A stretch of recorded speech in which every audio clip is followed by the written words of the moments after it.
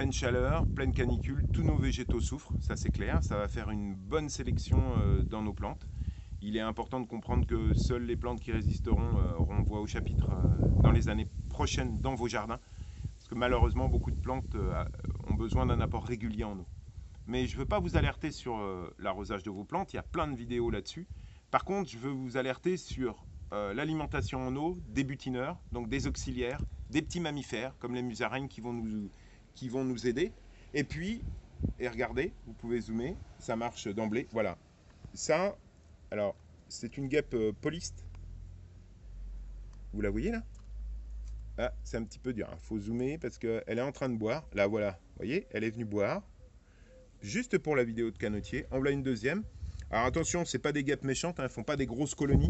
Je vous en avais montré dans mes vidéos. Mais sont aussi des prédateurs. Et donc, tous ces animaux-là, je répète, les micro-mammifères, bien sûr les hérissons. On pense aux oiseaux, on pense aux gros oiseaux, on pense aux animaux, relativement importants. Mais il ne faut pas oublier les insectes qui ont besoin de boire. Et dans vos jardins en ce moment, comme le gazon est super sec, c'est des vrais paillassons. N'hésitez pas à mettre de nombreuses eaux à disposition. Alors oui, beaucoup d'entre vous me disent, bah oui, mais c'est interdit avec le moustique tigre. Il faut enlever les soucoupes. Je suis complètement d'accord avec vous. Mais il est important quand même, dans les zones où on n'est pas obligé d'éviter ces soucoupes, je pense bien sûr à ces zones de nos amis de Dom-Tom, où là, bien entendu, il faut éviter ça. Mais chez nous, sur le continent, au moins sur la partie nord du pays, ayez des réserves d'eau régulièrement alimentées. Bien sûr, je répète, les oiseaux, les micro-mammifères. Je parlais de la musaraigne, toute petite souris avec un petit nez bien pointu. Elle, c'est un insectivore qui va pouvoir manger de nombreuses limaces. Et malheureusement, ces périodes-là vont nous permettre de perdre de nombreux effectifs, de nombreuses populations en micro-mammifères et en insectes. Les insectes sortent, habituez-les.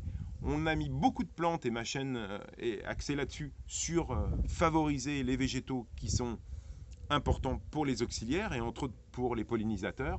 Par contre, n'oubliez pas de leur mettre de l'eau. Donc vous voyez, voilà, avec un peu de plantes, ça peut être aussi des soucoupes. Alors bien entendu, pour qu'ils accèdent et qu'ils ne tombent pas dedans et qu'ils se noient, un petit bout de bois à chaque fois, qui va permettre à l'insecte de... Voilà. On va tourner dans l'autre sens, ça va vous admirer les agapantes, choses comme ça. Là, pareil, j'ai fait une petite vidéo sur l'arrosage, mais vous voyez que ça va me permettre aux insectes de venir boire. On peut balayer ici. Une autre ici, et des petites soucoupes. Alors, ça ne consomme pas beaucoup d'eau, mais des petites soucoupes où il n'y a pas beaucoup d'eau, où par définition, les insectes ne vont pas pouvoir se noyer. L'eau va s'évaporer. Je vais remettre un petit apport d'eau avec l'arrosoir, mais au moins, là, je peux avoir des mouches, des micro-guêpes, etc., qui vont venir se servir. On va aller à la pyramide sur insectes. La pyramide à insectes, ou l'hôtel à insectes. Et là, c'est pareil. Il faut des endroits un petit peu discrets. Et là, vous voyez, il y a encore quelques papillons. Et ils sont attirés essentiellement par l'eau. L'eau, bien entendu, moi, c'est de l'eau croupissante. Hein, mais c'est de l'eau que je change régulièrement. Une petite planche. Et ça va bien. Autre chose, et je ne l'ai pas fait pour vous, mais il faut le faire. Vous avez souvent, ici, moi, je mouille régulièrement de la terre et de la terre argileuse qui va permettre à toutes ces guêpes de faire leur petite construction et de boucher les tubes lorsqu'ils vont se multiplier. Donc il ne faut pas hésiter d'avoir de la terre nue, d'accord, pour pouvoir accueillir ces insectes et avec de l'eau. Elles prennent de l'eau, elles font exactement ce que je viens de faire, elles prennent de l'eau, elles mâchouillent un peu de terre et elles font, et elles bouchent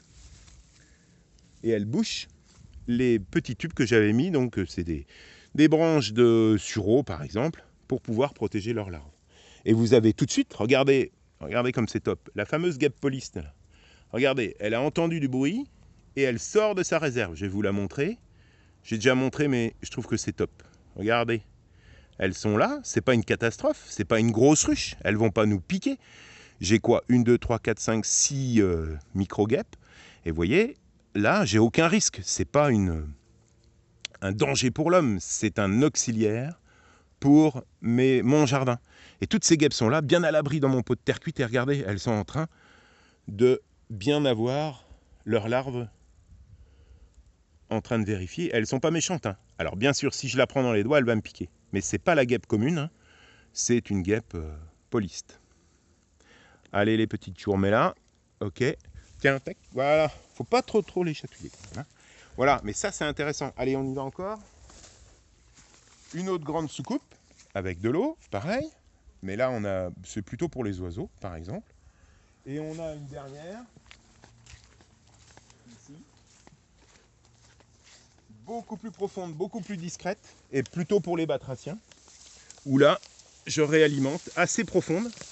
Et vous voyez, ici, toute une végétation discrète, où c'est un petit bassin, mais assez enterré, où je vais pouvoir ne pas trop déranger les petits animaux. Et j'ai vu régulièrement un petit troglo venir chercher de l'eau, les lézards qui viennent chercher, et il y a pas mal de choses dans l'eau, ce qui leur permet de grimper. Ok ?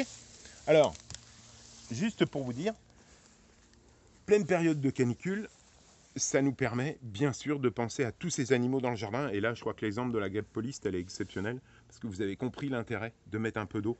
Et c'est pas ça qui va vous consommer des tonnes d'eau. Hein.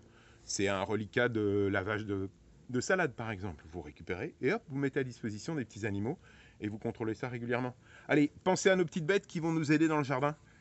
Et ça, elles vont savoir vous le rendre très vite. À bientôt.